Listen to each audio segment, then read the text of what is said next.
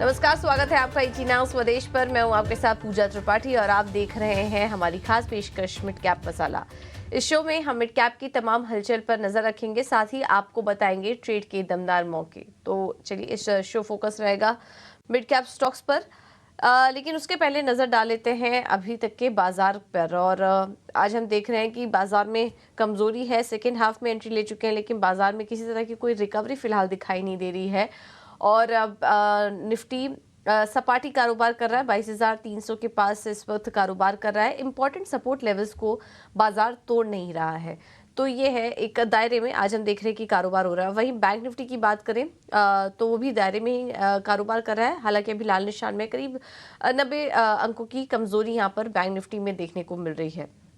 Sensex भी 280 अंक कमजोर इस वक्त दिखाई दे रहा है। तो यह है इस वक्त का बाजार का सेटअप। एक दायरे में आज ट्रेड हो रहा है और आज सबसे ज्यादा कमजोरी दिखाई दे रही है आईटी स्टॉक्स में। LTI, Mindtree, Infosys, TCS, Wipro, ये तमाम स्टॉक्स हैं जो कि आज कमजोरी के साथ कारोबार कर रहे हैं। वहीं बढ़ने वाले शेयरों पर टाटा मोटर्स है ऊपर, 4% की तेजी है वहां।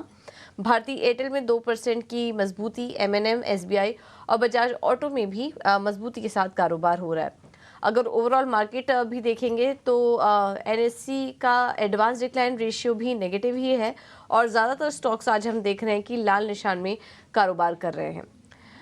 तो चलिए, यह है इस वक्त का बाजार का सेटअप। लेकिन अब नज़र डालते हैं मिड कैप में उन स्टॉक्स पर जहां पर की एक्शन देखने को मिल रहा है। और इसमें मेट्रोपोलिस में देखिए, शेयर में 2% से ज़्यादा की गिरावट। इनकम टैक्स का नोटिस मिला कंपनी को, जिसके चलते आज हम यहां पर दबाव देख रहे हैं। बीईएमएल में आज करीब 2% की बढ़त है। रक्षा मंत्रालय की तरफ के साथ करार के बाद हम देख रहे हैं कि यहाँ पर भी अच्छी तेज़ी देखने को मिल रही है। फिलहाल 2% की मजबूती है। और मैक्रोटेक में भी उछाल है। आज पूंजी जुटाने के लिए बोर्ड की बैठक होगी, 7 मार्च को ये बैठक होगी, जिसके बाद हम यहाँ पर भी अच्छी तेज़ी देख रहे हैं। तो ये है मिड कैप में कुछ बड़े एक्शन वाले स्टॉक्स। वैसे ज़्यादा तो कुछ एक्शन नहीं है खबरों के चलते, लेकिन हम देख रहे हैं कि आज मिड कैप स्पेस में भी ज़्यादा कुछ बड़ा एक्शन नहीं नजर आ रहा है। फिलहाल 200 अंकों की कमजोरी दिखाई दे रही है। और मिड कैप इंडेक्स अगर देखेंगे, निफ्टी मिड कैप को, तो दिन के निचले स्तर पर कारोबार कर रहे हैं। करीब 0.5% की वीकनेस वहां पर भी है। चलिए, अब आगे बढ़ते हैं और शामिल करते हैं हमारे साथ एक्सपर्ट को। मानस जायसवाल जुड़ चुके हैं और उनसे सबसे पहले समझ लेते हैं अगले 3 घंटे का ट्रेड।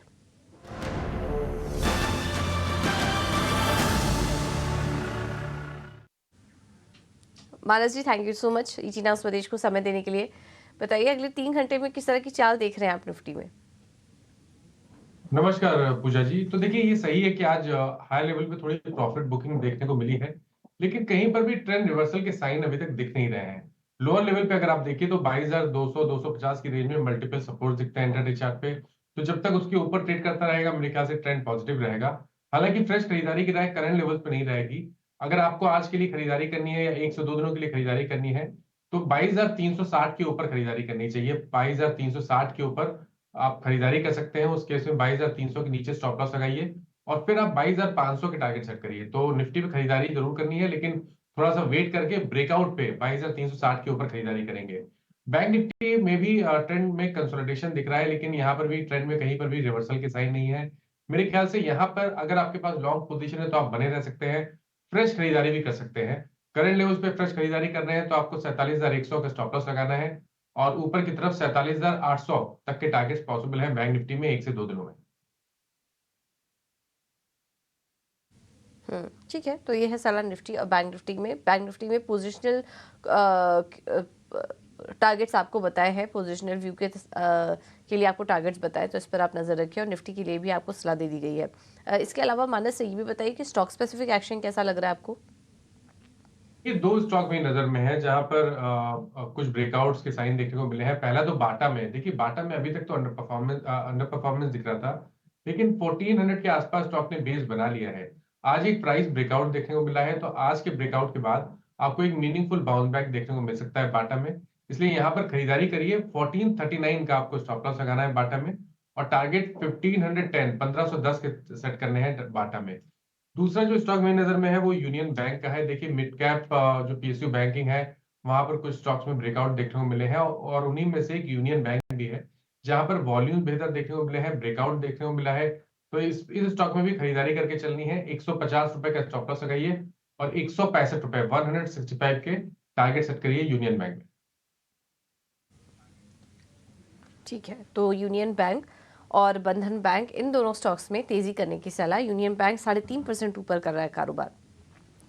लेकिन चलिए अब आगे बढ़ते हैं और कुछ और स्टॉक्स पर चर्चा कर लें जहां पर की एक्शन है। और इसमें आज हम देख रहे हैं कि आज के जो टॉप एक्शन वाले स्टॉक्स हैं वो हैं गोल्ड फाइनेंस कंपनियां। वहां पर आज काफ़ी ज़्यादा उतार चढ़ाव दिखाई दे रहा है। एक तरफ आईएफएल फाइनेंस वो नीचे है और दिन के निचले स्तर पर लोअर सर्किट पर कारोबार कर रहा है। वहीं दूसरी तरफ मुथूट मनप्पुरम में हम देख रहे हैं कि आज अच्छी बाइंग नज़र आ रही है। उसके पीछे की वजह भी ये है, आईएफएल फाइनेंस पर आरबीआई की तरफ से बैन लग चुका है। अब वो सैंक्शन और डिसबर्समेंट आगे नहीं कर सकती। इस वजह से आज हम देख रहे हैं कि आने वाले समय में इनके ऑपरेशंस को लेकर काफ़ी सारी दिक्कतें सामने निकल कर आ रही हैं। इस वजह से आज हम कमज़ोरी देख रहे हैं। लेकिन इसका जो फ़ायदा है वो दूसरी गोल्ड फाइनेंस कंपनियों को मिल सकता है। मनप्पुरम फाइनेंस, मुथूट फाइनेंस, अब उनके लिए एक मार्केट खुलता हुआ दिखाई देगा। हालांकि ये सेंटिमेंट इफेक्ट है, अब आगे देखना होगा किस तरह का डेवलपमेंट यहाँ पर होता है। लेकिन फिलहाल मनप्पुरम फाइनेंस और मुथूट फाइनेंस दोनों अच्छी मजबूती के साथ कारोबार कर रहे हैं। क्या व्यू बन रहा है आपका मानस? आईएफएल फाइनेंस पे पहले तो सलाह दीजिए। अभी क्लैरिटी नहीं आ रही है ठीक तरीके से कि कब तक आरबीआई इस पर बैन हटा सकता है। तो एक तलवार तो लटकी हुई है स्टॉक पर। अभी इन स्तरों पर जिनके पास ऑलरेडी है आईएफएल फाइनेंस, वो क्या करें स्टॉक में? देखिए, अब तो कोई ऑप्शन नहीं है क्योंकि 20% का सर्किट लगा हुआ है, तो आप निकलना भी चाहेंगे तो शायद आपको निकलने का मौका नहीं मिलेगा। और देखिए, इस स्टॉक में तो पहले से ही एक जो नेगेटिव स्ट्रक्चर था वो बन रहा था, लोअर टॉप लोअर बॉटम बन रहे थे। हालांकि 200 मूविंग एवरेज पे स्टॉक सपोर्ट ले रहा था, लेकिन आज के पैटर्न को देख के तो लग रहा है कि अब यहाँ पर गिरावट बढ़ने के चांसेस बहुत ज्यादा है। आप ये भी उम्मीद कर सकते हैं कि शायद 400 रुपए, जो कि 200 वीक मूविंग एवरेज है आईएफएल, उसको भी टच कर सकता है। ओके, तो आईएफएल में फाइनेंस में गिरावट और गहरा सकती है और इसमें ना तो एंट्री करने का सही मौका बन रहा है। अगर एग्जिट करना चाहें तो आप एग्जिट कर लीजिए आईएफएल फाइनेंस से। यही सलाह इस वक्त आपको दी जाती है। जब भी मौका मिले तो एग्जिट करने की कोशिश कीजिए। यही अभी फिलहाल दिखाई दे रहा है क्योंकि चार्ट्स पर और गिरावट नजर आ रही है आईएफएल फाइनेंस की। चलिए अब आगे बढ़ते हैं और अब समझ लेते हैं कि मिड कैप स्पेस में एक्शन कहाँ पर नज़र आ रहा है खबरों के चलते, और अन्य बजिंग स्टॉक्स कौन कौन से हैं। इस पर पूरा अपडेट लेकर अंश हमारे साथ जुड़ चुके हैं। अंश, गुड आफ्टरनून, बताइए। जी बिल्कुल, सबसे पहले हम शुरुआत करेंगे खबरों वाले शहरों से और यहाँ सबसे पहले हम बात करेंगे होनसा कंज्यूमर से। फायरसाइड वेंचर्स ने हिस्सेदारी इस स्टॉक में घटाकर कुछ 5.5% कर दी है। साथ ही साथ मैन इंडस्ट्री भी फोकस में है। ERW पाइप मैन्युफैक्चरिंग के लिए API सर्टिफिकेट मिला है। और इनप्रो सॉल्यूशंस की बात करें तो हरियाणा सरकार से मोबिलिटी कार्ड के लिए कुछ 100 करोड़ की ऑर्डर मिली है, जिसके चलते स्टॉक में भी 2 से 3% की तेजी नजर आ रही है। कल्पतरू प्रोजेक्ट की बात करें तो 800 किलोमीटर गैस पाइपलाइन के लिए अरामको से EPC प्रोजेक्ट के लिए ऑर्डर मिला है। आवास फाइनेंशियल्स में देखा जाए तो कुछ आज 12% की इक्विटी का एक बड़ा सौदा हुआ था, जिसके चलते स्टॉक में 3 से 4% की नीचे की तरफ गिरवाली नजर आ रही है। कुछ लिस्टिंग वाले शेयर्स भी है। एक्जिकॉम टेली का BSE पे 264 पर लिस्टिंग हुआ है, जिसका इशू प्राइस कुछ 142 रुपीस का था। यहाँ पे 86% के करीब का प्रीमियम नजर आ रहा है। प्लेटिनम इंडस्ट्री भी आज लिस्ट हुआ है BSE पे 228 और NSE पे 225 रुपीस प्रति शेयर पर, जिसका इशू प्राइस कुछ 171 रुपीस का था। तो ऐसा देखा जाए तो प्रीमियम कुछ 33% का इसमें नजर आ रहा है। मिड कैप गेनर्स की बात करें तो सबसे पहले हमें यहाँ टाटा केमिकल स्टॉक नजर आ रहा है, जिसका चार्ट देखा जाए तो स्टॉक ने एक double bottom chart pattern form किया था, जहां से आज एक अच्छा डिसिसिव ब्रेकआउट देता हुआ नजर आ रहा है। साथ ही साथ यूनियन बैंक, बालकृष्ण इंडस्ट्री और NHPC जैसे स्टॉक्स में अच्छी खरीदारी नजर आ रही है। लूजर्स की बात करें तो यह हमें वोल्टास, पेटीएम, पॉलिसी बाजार और KPI टेक जैसे स्टॉक्स नजर आ रहे हैं। मिड कैप थीम स्टॉक्स की बात करें तो आज केमिकल स्टॉक्स में काफी अच्छा एक्शन नजर आ रहा है। यहाँ हमें सबसे पहले बालाजी अमाइंस का शेयर नजर आ रहा है। साल के शुरुआत से जो रेजिस्टेंस बना हुआ था उससे आज अच्छा डिसिसिव ब्रेकआउट दे दिया है स्टॉक ने। इसके साथ साथ टाटा केमिकल और वेलिएंट ऑर्गेनिक्स जैसे स्टॉक्स भी इस लिस्ट में शामिल है, जिसमें अच्छी खरीदारी होती हुई नजर आ रही है। ओके, तो ये हैं कुछ स्टॉक्स जहां पर कि आज अच्छी खरीदारी आ रही है। और कमजोरी कहां पर है ये भी अभी आपको अंश बता रहे थे। बहुत बहुत धन्यवाद आपका अंश, ये पूरा अपडेट देने के लिए। चलिए अब आगे बढ़ते हैं और उन स्टॉक्स पर चर्चा भी कर लेते हैं जो कि अभी अंश हाईलाइट भी कर रहे थे। और उसमें आज हम देख रहे हैं कि केमिकल स्टॉक्स में अच्छी बाइंग है। कमज़ोर बाजार में भी केमिकल स्टॉक्स चल रहे हैं। इसमें Balaji amines, Tata chemicals, Valiant Organics जैसे स्टॉक्स हैं जहां पर की अच्छी तेजी नजर आ रही है। क्या व्यू बन रहा है आपका मानस केमिकल शेयरों पर? तो देखिए, अगर जो स्टॉक्स आपने बताए उन उन केमिकल क्षेत्र के स्टॉक्स पे ध्यान दिया जाए तो आई थिंक टाटा केमिकल एक ऐसा स्टॉक है जिसने ऑलरेडी एक बॉटम बनाया है 950 रुपए के आसपास। और देखिए, पॉइंट ये है कि रिकवरी में पिछले 3 दिनों में ही स्टॉक ने अपने 200 डे और 100 डे मूविंग एवरेज को रीगेन कर लिया है। एक प्राइस ब्रेकआउट देखने को मिला है। तो अब हर गिरावट पे खरीदारी करने जैसा स्टॉक हो गया है, करंट लेवल्स पे नहीं। थोड़ी सी गिरावट देखने को मिले तो आई थिंक 1040 1045 एक बहुत ही बढ़िया रेंज है जहां पर आप खरीदारी का ट्रेड ले सकते हैं। स्टॉप लॉसेस आपके 1019 के नीचे होने चाहिए और टारगेट 1100 रुपए के आसपास होने चाहिए। स्टॉक्स पर चर्चा कर लेते हैं। एनएचपीसी आज ये स्टॉक भी 3% ऊपर है और काफ़ी सारे जो दर्शक हैं, रिटेल इन्वेस्टर्स हैं, उनके सवाल हमें स्टॉक से जुड़े आते रहते हैं। आज 3% ऊपर, देखिए दिन के ऊपरी स्तर के पास ये स्टॉक कारोबार कर रहा है। क्या व्यू बन रहा है आपका एनएचपीसी पे मानस? क्या मौजूदा स्तर पर भी एंट्री करने के मौके दिखाई दे रहे हैं और यहाँ से अगले टारगेट्स क्या देख रहे हैं आप? तो एक ट्रेडिंग कॉल बिल्कुल लिया जा सकता है पूजा जी, क्योंकि स्टॉक फिसला था 20 डे मूविंग एवरेज के नीचे, लेकिन अब स्टॉक ने 20 डे मूविंग एवरेज को रिगेन किया है। अगर आप 60 मिनट चार्ट पे देखेंगे तो हायर टॉप हायर बॉटम का कंफर्मेशन दिया है। तो एक ट्रेडिंग कॉल ले सकते हैं। करंट लेवल्स पे खरीदारी करिए 89 रुपीज के स्टॉप लॉस से और टारगेट 96 97 के आप सेट कर सकते हैं एनएचपीसी में। ठीक है, तो ये है सलाह एनएचपीसी पर आपके लिए। बालकृष्ण इंडस्ट्रीज, ये स्टॉक भी आज कमजोर बाजार में ऊपर है और करीब 1.5% की मजबूती ये स्टॉक दिखा रहा है आज बालकृष्ण इंडस्ट्रीज का। मानस, आपकी सलाह इस स्टॉक पर, क्या कोई ट्रेड लेना चाहिए? जी। तो देखिए, टायर स्पेस की बात करिए तो ये स्टॉक एक ऐसा स्टॉक है जिसने अच्छा खासा अंडर परफॉर्म किया है। 2800 से गिरावट शुरू हुई थी, अब स्टॉक ने 2200 के आसपास बेस जरूर बनाया है। आज इंटरडे चार्ट में इसने 20 डे मूविंग एवरेज को रिगेन किया था, लेकिन वहां पर फिर से सेलिंग प्रेशर देखने को मिला है। तो आई थिंक इंतजार करिए, जब 20 डे मूविंग एवरेज के ऊपर की क्लोजिंग 2310 के ऊपर की क्लोजिंग देखने को मिले तभी यहाँ पर खरीदारी करने के मौके होंगे। लेकिन आपके पास लॉन्ग पोजीशन है तो आप अपनी पोजीशन को होल्ड करिए, 2200 रुपए का स्टॉप लॉस लगाइए। ये है सलाह बालकृष्ण इंडस्ट्रीज पर। इसके अलावा कुछ स्टॉक्स और भी बस कर रहे हैं बैंकिंग स्पेस से। देखिए सीएसबी बैंक, यहाँ पर भी अच्छी तेजी दिखाई दे रही है। मानस, क्या व्यू बन रहा है? 6% ऊपर ये स्टॉक कारोबार कर रहा है। जिनके पास ऑलरेडी है वो क्या करें, और क्या यहाँ पर आप फ्रेश एंट्री की सलाह देंगे सीएसबी बैंक में? क्योंकि स्टॉक 420 से स्टॉक करेक्ट हो रहा था, 200 डे मूविंग एवरेज के आसपास बेस बना है। बुलिश पैटर्न्स कैंडलस्टिक चार्ट पे बन रहे हैं, बेहतर वॉल्यूम दिख रहे हैं और 20 और 100 डे मूविंग एवरेज को स्टॉक ने रीगेन कर लिया है। आई थिंक यहाँ पर फ्रेश खरीदारी करने के भी मौके हैं। करंट लेवल्स पे खरीदारी करिए, 356 का आपको स्टॉप लॉस लगाना है और टारगेट 400 रुपए के सेट करने हैं पोजिशनली। और मैं उम्मीद करूंगा कि आने वाले 1 से 2 हफ्ते में ही 400 रुपए के भाव आपको सीएसबी बैंक दिखा सकता है। बिल्कुल। सीएसबी बैंक, इसकी बात हो रही है। ये आप स्क्रीन पर ये चेंजेस ले आते हैं। सीएसबी बैंक में आप तेज़ी करके चल सकते हैं और 400 के लेवल्स भी आ सकते हैं स्टॉक में। तो ये है सलाह आपके लिए। मौजूदा स्तर पर भी अच्छा लग रहा है स्टॉक लेने के लिए। इन्फीबीम एवेन्यूज़, मानस ये स्टॉक कैसा लग रहा है आपको? थोड़ी देर पहले ही यहाँ पर बाइंग आई है। अगर परसेंटेज वाइज देखें तो 7% ये स्टॉक ऊपर आ चुका है। पिछले काफ़ी समय से हम देख रहे थे स्टॉक रेंज में ही था, लेकिन एक अच्छी तेज़ी आई पिछले 6 महीने में। अगर चार्ट पैटर्न देखेंगे तो 15 रुपये से चलकर अब स्टॉक 48 रुपये के आसपास आ चुका है।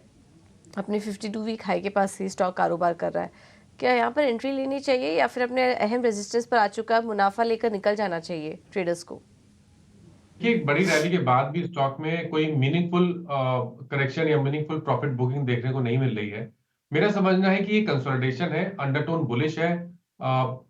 खरीदारी करने के मौके अभी भी दिखते हैं। 32 रुपए के स्टॉप लॉस से इस स्टॉक में आप एक पोजीशन ट्रेड ले सकते हैं जहां आपके टारगेट 50 रुपए के आसपास के होंगे।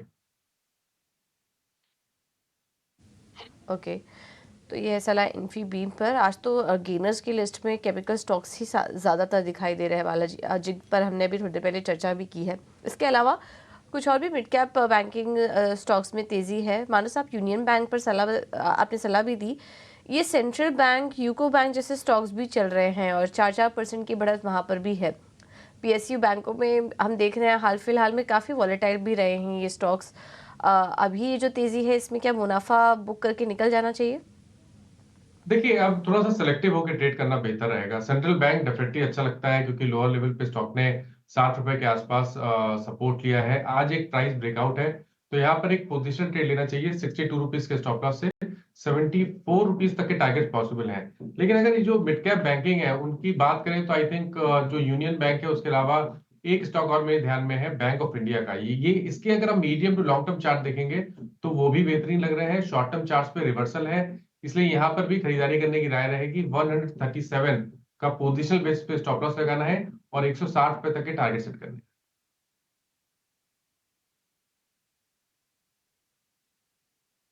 तो ये है बैंक ऑफ इंडिया पर सलाह। मोइल लिमिटेड, ये स्टॉक भी ऊपर है, 3.5% की तेज़ी दिखाई दे रही है। 310 के पास ये स्टॉक कारोबार कर रहा है और मानस के यहाँ पे कोई व्यू बन रहा है। पिछले 5 दिनों में ही ये स्टॉक काफ़ी चल चुका है, 13% ये स्टॉक ऑलमोस्ट चल चुका है। हालांकि स्टॉक में डाउन ट्रेंड भी था, अब ये चलना शुरू हुआ है। अगले टारगेट्स आप क्या देख रहे हैं मोइल लिमिटेड के लिए? तो देखिए, पिछले दिनों करीब 100 रुपए का करेक्शन देखने को मिला था स्टॉक में। स्टॉक ने 200 मूविंग एवरेज पे 4 दिन पहले सपोर्ट लिया, वहां पर रिकवरी देखने को मिली, 52 मूविंग एवरेज को रिगेन कर लिया है। आई थिंक अभी भी अपॉर्चुनिटी है। करंट लेवल्स पे आप खरीदारी कर सकते हैं। 290 रुपए के नीचे स्टॉप लॉस लगाइए और 350 रुपए के टारगेट सेट करिए।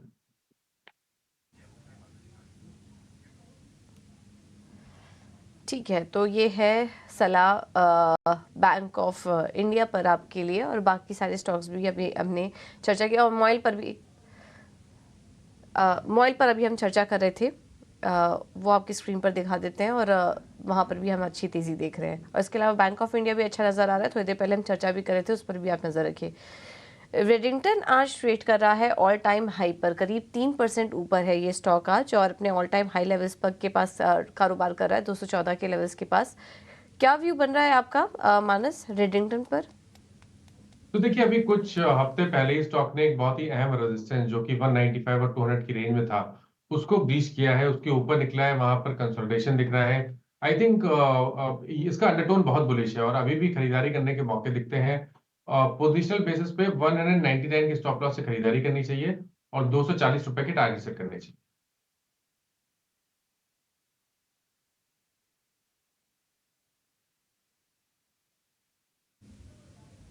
ठीक है, तो ये है राय रेडिंगटन पर आपके लिए। लेकिन चलिए अब आगे बढ़ते हैं और आईएफएल फाइनेंस, जिसके बारे में हम शो के शुरुआत में बात भी कर रहे थे, और इसके गोल्ड लोन में गड़बड़ी की शिकायत पाई गई है और आरबीआई ने कंपनी के खिलाफ कड़ा कदम उठाया है। रिजर्व बैंक ने कंपनी के लिए नए लोन गोल्ड पर रोक लगा दी है और खबर के बाद हम देख रहे हैं कि स्टॉक में भारी गिरावट आई और लोअर सर्किट पर 20% के ये स्टॉक कारोबार कर रहा है।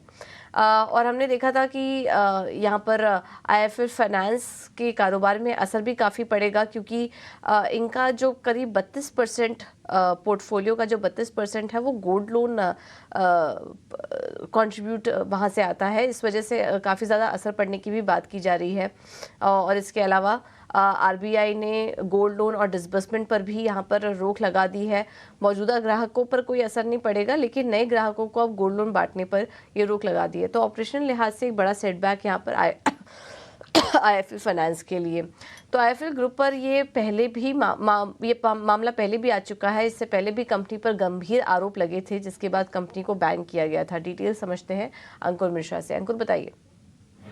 जी हाँ, जो रेगुलेटर की नज़र है आईएफएल ग्रुप पे, न सिर्फ अभी ये पहली बार हुआ है। अगर हम पूरे ग्रुप की बात करें तो इससे पहले आपको याद होगा 2022 में एक सेबी का ऑर्डर आया था जिसमें 6 लोगों पर 5 साल के लिए प्रतिबंध लगाया था। जो आरोप थे वो यही थे कि फ्रंट रनिंग हुई है, जो इंफॉर्मेशन है वो अलग फ्रेंड को पास की गई थी, जैसा कि ऑर्डर में लिखा था, और इसलिए सेबी ने 5 साल की पाबंदी लगाई थी। ये ऑर्डर आया था 2022 में। 2023 की बात करें तो आईएफएल सिक्योरिटीज़ पे एक ऑर्डर आया सेबी का, और यहाँ पर बोला गया कि आप नए क्लाइंट्स को ऑनबोर्ड नहीं कर सकते। यहाँ पे चार्जेस ये थे कि जो ब्रोकर के नियम हैं सेबी द्वारा वो पालन नहीं हुआ है उनका, और इसलिए एक पेनल्टी भी लगी और साथ ही साथ नए क्लाइंट्स को 2 साल के ऑनबोर्डिंग पर रोक लगा दी।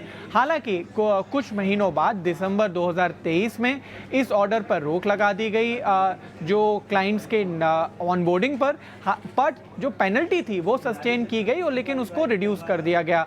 अब बाद में मार्च 2024 यानी कि जो IIFL फाइनेंस पे ऑर्डर आया है वो आया है रिजर्व बैंक ऑफ इंडिया की तरफ से, और यहाँ पर मटेरियल सुपरवाइजरी कंसर्न्स पाए गए हैं और इसलिए जो नए ग्राहक हैं उनको ऑनबोर्डिंग पे रोक है। हालांकि जो एग्जिस्टिंग कस्टमर्स हैं उनको कंपनी सर्विस कर सकती है।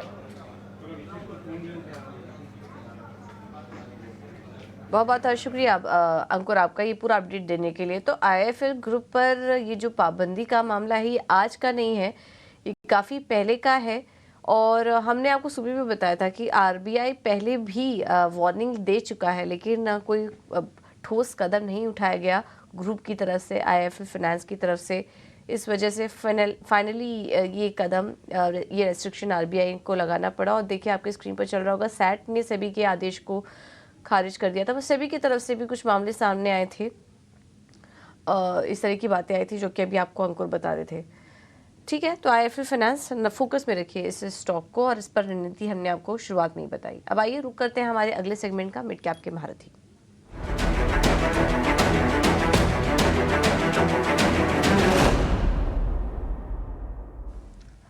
हमारे साथ प्रॉस्पेरिटी एडवाइजर्स के राघवेंद्र केडिया जी मौजूद हैं। Raghavendra, thank you so much समय देने के लिए। बताइए क्या रणनीति होगी आपकी तरफ से। गुड आफ्टरनून पूजा जी, गुड आफ्टरनून 18 स्वदेश का टीम। मिड कैप स्पेस में हमारा पहला स्टॉक रिकमेंडेशन रहेगा कीस्टोन रियल्टर्स, जो कि रुस्तम जी डेवलपर्स के नाम से भी प्रसिद्ध है। इसका करंट प्राइस 670 का आ रहा है और 1 साल का लक्ष्य हमारा 12 महीने की अवधि के लिए 940 का आ रहा है, 940 रुपीज का। कंपनी का हमें लगता है फुल ईयर EPS जो अर्निंग पर शेयर है वो 23 रुपए का होगा, और एक मॉडरेट P मल्टीपल, बाकी कंपनी से कंपेयर करेंगे तो मॉडरेटली प्राइस्ड 40 का अगर P मल्टीपल देते हैं तो 940 का टारगेट आता है कीस्टोन रियल्टर्स में। बहुत अच्छा मैनेजमेंट है, led by mister Boman Irani. Company में 87% का प्रमोटर होल्डिंग है और ये धीरे धीरे 75% का होगा, मगर वो रेगुलेटरी रीजंस के कारण होगा। और ये कॉर्पोरेट गवर्नेंस वाइज काफी अच्छा रीजन है, बहुत कंफर्टिंग रीजन है। कंपनी ने इक्विटी डाइल्यूशन का प्लान ऑलरेडी रेस किया है, तो इसमें काफी अच्छे नाम जुड़ सकते हैं कंपनी में। और अगर आप बिजनेस साइड देखेंगे तो कीस्टोन रियल्टर्स में एरिया सोल्ड में YOY बेसिस पे 9% का ग्रोथ रहा है। मनी कलेक्टेड थ्रू सेल्स में 32% का YOY ग्रोथ रहा है। तो 1 साल की अवधि के लिए ये एक बहुत अच्छा स्टॉक रहेगा keystone realtors. Mid cap space में दूसरा स्टॉक हमारा रहेगा BHEL, Bharat heavy electrical limited, जो कि करंट प्राइस है 257 रुपए का, 257 का, और इसका 1 साल का लक्ष्य 360 का आ रहा है, जो कि 40% का अपसाइड रहेगा 12 महीने की अवधि के लिए।